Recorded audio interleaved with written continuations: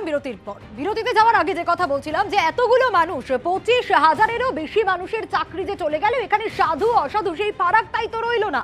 গণ আত্মহত্যার হুমকি যারা যোগ্য চাকরিহারা তাদের, আদালতের নির্দেশেই সাধু অসাধু সেই ভেদ কোথায়? টাকা দিয়ে আর যোগ্যতায় যারা চাকরি পেয়েছেন, পুরো ব্যাপারটাই পার্থক্যহীন হয়ে পড়েছে, কোনো পার্থক্য নেই তাদের সঙ্গে। যোগ্যদের সঙ্গে অযোগ্যদেরও চাকরি যেরকম রয়েছে বাতিলই হয়েছে, সেরকম অযোগ্যরা যেরকম চাকরি হারিয়েছে, যোগ্যরাও চাকরি হারিয়েছে। তাই চাকরি ফেরাতে গণ আত্মহত্যার হুমকি যোগ্য চাকরি প্রার্থী যারা যোগ্যভাবে চাকরি করছিলেন যারা, তাদের তরফ থেকে।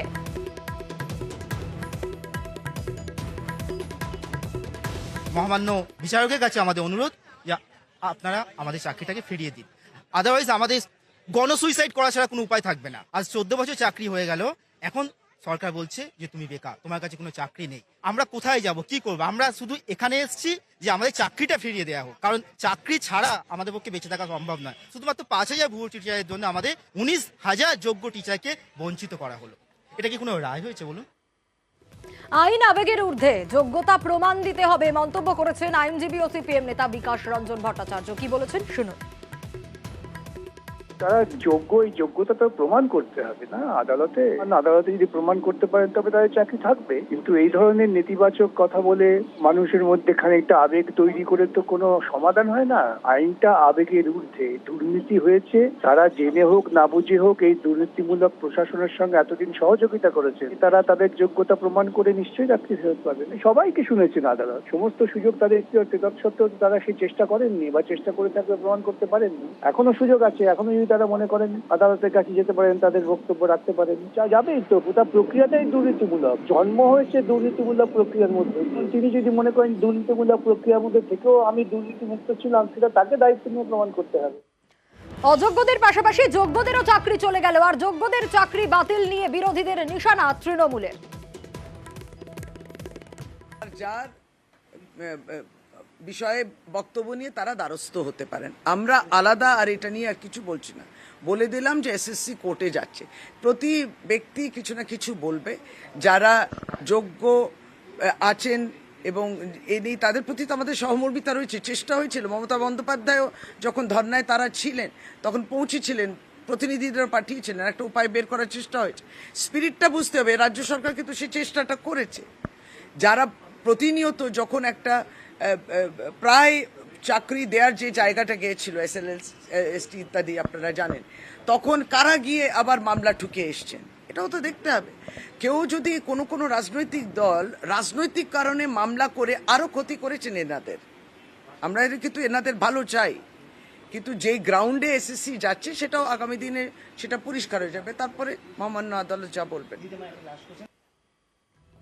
যোগ্যদের চাকরি ফেরাবে বিজেপি, দাবি সুকান্ত মজুমদারের। আমি ওনাদেরকে রিকোয়েস্ট করব যে এইসব সিদ্ধান্ত না নেয়ার, তাদের চাকরি বাঁচানোর দায় আমাদের, আমরা বাঁচাবো। যোগ্যদের চাকরি যাওয়া নিয়ে প্রশ্ন তুলেছেন সিপিআইএম নেতা সুজন চক্রবর্তীও।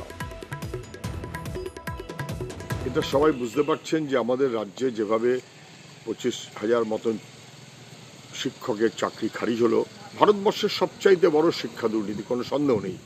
কিন্তু এর মধ্য দিয়ে যারা যোগ্য তারাও কেন বঞ্চিত হবেন, তারাও কেন বিপন্ন হবেন? এটা ঠিক যে কোর্ট বারে বারে বলেছিল এসএসসিকে তালিকা দিন কারা যোগ্য। এসএসসি সেই তালিকা দেয়নি সরকারের দুর্নীতিকে আড়াল করার জন্য। আমরা যারা যোগ্য তাদের চাকরি বহাল রাখার পক্ষে, তারা যে কোনো রকমের আন্দোলনে আমরা সঙ্গে থাকবো। টাকার বিনিময়ে যারা চাকরি পেয়েছেন তাদের জন্য, আর এসএসসি এবং সরকারের অপদার্থতার জন্য যোগ্যরা বঞ্চিত হবেন, এ কখনো হতে পারে না। যোগ্য চাকরিহারাদের পাশে দাঁড়িয়ে মুখ্যমন্ত্রী গতকালই যে বক্তব্য রাখেন তা অত্যন্ত গুরুত্বপূর্ণ। এই এক কলমের খোঁজা যাও সবার চাকরি চলে গেল, আপনার নিজের ছেলে মেয়ে চাকরিটা চলে গেলে আপনি ভাবতেন না? একবার ভাবেন না? আজ যদি কোনো ছেলে মেয়ে আত্মহত্যা করে তার দায়িত্ব আপনারা নেবেন? আমি সেই জন্যই বলছি, চিন্তা করবেন না, আমরা আমাদের সাধ্য মতো আমরা কেসটা লড়ব এবং আমরা মানুষের পাশে আছি। যে শিক্ষক শিক্ষিকারা স্কুলে চাকরি করছেন 8 বছর ধরে, তাদের একটা সামাজিক সম্মান হয়নি? স্কুলে পড়ায় কোথায় যাবে? স্কুলগুলোতে মাস্টার কোথা থেকে আসবে? স্কুলে বাচ্চারা বসে থাকবে, ওখানে বিজেপির লোকেরা গিয়ে পড়াবে? এই যে যোগ্য চাকরি হারা যারা, একটা ঘটনা এবার আপনাদের বলবো। 2004 সাল থেকে চাকরি করছেন এই ব্যক্তি, 3 বার উত্তীর্ণ হয়েছেন স্কুল সার্ভিস কমিশনের পরীক্ষাতেও, শিক্ষাগত যোগ্যতা বাড়িয়ে 3টি স্কুলে শিক্ষকতা করেছেন। তারপরেও আদালতের রায়ে চাকরি গিয়েছে তার। ইনি বারুইপুরের রাজকুমার নন্দ, আর এখন স্বাভাবিকভাবেই মাথায় হাত তার। যোগ্যরাও কেন চাকরি হারা প্রশ্ন তুলছেন তিনি। 2004 সালে এই রাজকুমার বাবু এসএসসির পরীক্ষা দিয়ে শিক্ষক হিসেবে পড়ানো শুরু করেন। পাথর প্রতিমা ব্লকের একটি স্কুলে প্রথম তিনি পড়ানো শুরু করেন। পরে 2009 অনার্স পাশ করেন এবং মগরাহাটের একটি স্কুলে শিক্ষকতা শুরু করেন। আর তারপর এমএসসি শেষ করে 2016 সালে ফের তিনি স্কুল সার্ভিস কমিশনের পরীক্ষা দেন। এবারেও উত্তীর্ণ হন, অর্থাৎ 2016 সালেও উত্তীর্ণ হন। আর তারপরেই ধামুয়া মহেশপুর স্কুলে যোগদান করেন শিক্ষক হিসেবে। কিন্তু একটা রায়, আর সেই একটা রায় তিনিও চাকরিহারা হয়ে গেলেন।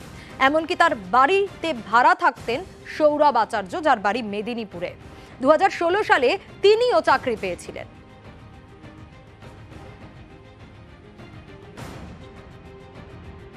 শুধু আর্থিক দিকে ক্ষতিগ্রস্ত নয়, আমাদের সন্তান আছে, আমার বৃদ্ধ বাবা মা আছে, তাদের ওষুধের কেনার ব্যবস্থা আছে। আমি বাড়ি করেছি লোন নিয়ে, তার টাকা কে মেটাবো জানি না, পথ বসার মতো অবস্থা। তাদের মুখে যে কি তুলে দেবো সেটাই আমরা বুঝতে পারছি না। আমরা যে চাকরি হারালাম, আশা করছি এর বিহিত ব্যবস্থা হবে এবং পুনরায় আমরা রিভিউ পিটিশনের মাধ্যমে আমরা হাইকোর্টের দৃষ্টি আকর্ষণ করব। আশা করছি হাইকোর্ট বা সুপ্রিম কোর্ট যারা ওখানে আছেন মহামান্য ব্যক্তিগণ, তারা আশা করছি এর সমস্যার সমাধান করবেন। আমার বাড়ি তো এখানে নয়, আমার বাড়ি মেদিনীপুরে। আমি চাকরি সূত্রে এখানে আছি আপাতত, কিন্তু সেখানেও সবার বাড়ির লোকের একই অবস্থা, একই টেনশন সবার মধ্যেই। বাবা মা, বাড়ির আরও যে ফ্যামিলি আছেন তাদের সবার টেনশন তো আছেই। এই নিয়ে রিভিউ পিটিশন করছি, সুপ্রিম কোর্টে যাব আমরা, এবং সেখানেই আমাদের দাবিটা আমরা আশা করছি আমাদের ন্যায় বিচার হবে।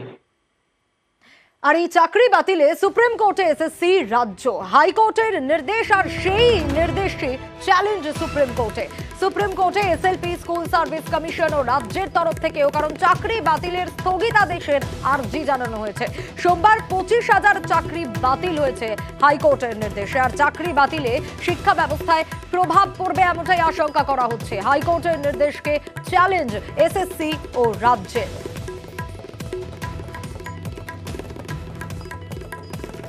আমরা এই রায়কে আমরাও আমাদের ব্যথা হয়েছে, অনেক ব্যথা পেয়েছি, কিন্তু আইনের প্রতি শ্রদ্ধাশীল বলে আমরা মন্তব্য করছি না। আমরাও সুপ্রিম কোর্টে যাচ্ছি সংগ্রামী যৌথ মঞ্চ, যোগ্য চাকরি প্রার্থীদের স্বার্থে। যারা অযোগ্য তাদের স্বার্থে সংগ্রামী যৌথ মঞ্চ নেই। আজকে অনেকে আত্মহত্যার পথ বেছে নেবেন, নিশ্চয়ই নেবেন, অনেকে দেখবেন হতাশ। যদি তারা আগেই হাইকোর্টে সমস্ত সঠিক তথ্য জমা দিত তাহলে আজ হয়তো এই রায়টা আসতো না, এবং এটা এসএসসিকে করতেই হতো, বা রাজ্য সরকারও হয়তো করছেন, এবং তাদেরকেও আমরা চাইছি যাতে সুপ্রিম কোর্টে সতত রায় দেওয়া হয়।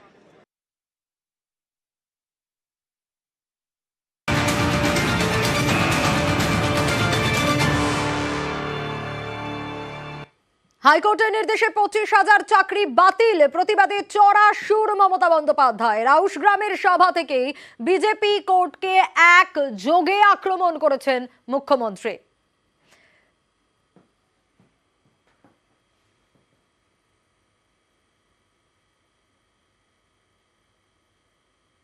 চাকরি দেওয়ার ক্ষমতা নেই, চাকরি কেড়ে নেওয়ার ক্ষমতা, ভাত দেওয়ার ক্ষমতা নেই, কিল মারার গোসাই। বলছে 26,000 টিচারকে চাকরি থেকে সরিয়ে দেওয়া হলো। 1 মাসের মধ্যে 12% সুদ দিয়ে তাদের সব টাকা ফেরত দিতে হবে। যদি বিজেপির নেতাদের বলি এইসব কেস করে শিক্ষক শিক্ষিকার চাকরি খাচ্ছ, সরকারি কর্মচারীর চাকরি খাচ্ছ, বেকার ছাত্র যুবকের চাকরি খাচ্ছ, এই 26,000 ছেলে মেয়ে যাবে কোথায়? বাংলায় কি সব স্কুল বন্ধ হয়ে যাবে? বাংলায় কি স্কুল চলবে না? টিচারের চাকরি কি তার মানে হবে না? আমার হাতে এখনো 10 লক্ষ এক্সট্রা চাকরি আছে শুধু সরকারি দপ্তরে, মনে রাখবেন। এই কোর্ট গেলেই আটকে দিচ্ছে। বিজেপির একটা মহাতীর্থ কেন্দ্র, বিজেপি করলে যা বলবে তাই, আর অন্য কেউ যদি বিচার চায় তাদের জন্য দরজা বন্ধ। ডাকাতদের বেল দিয়ে দিচ্ছে, মাফিয়াদের বেল দিয়ে দিচ্ছে। এটা কি আইন? আমি মানি না। যদি কোনো অন্যায় কেউ করে থাকে তুমি স্কুটিনি করতে, তুমি পরামর্শ দিতে, তা না করে এক কথায় 26,000 ছেলে মেয়ে চাকরি খেয়ে নিয়ে, এটা কি মজার মুল্লুক? বিজেপি কোর্টকে একযোগে আক্রমণ মুখ্যমন্ত্রীর। আর এখানেই শেষ নয়, চাকরি বাতিল ইস্যুতে সরকারি কর্মচারীদেরও বার্তা দিয়েছেন মমতা বন্দ্যোপাধ্যায়। একটা ভোটও বাম কংগ্রেস বিজেপিকে না দেওয়ার বার্তা তার।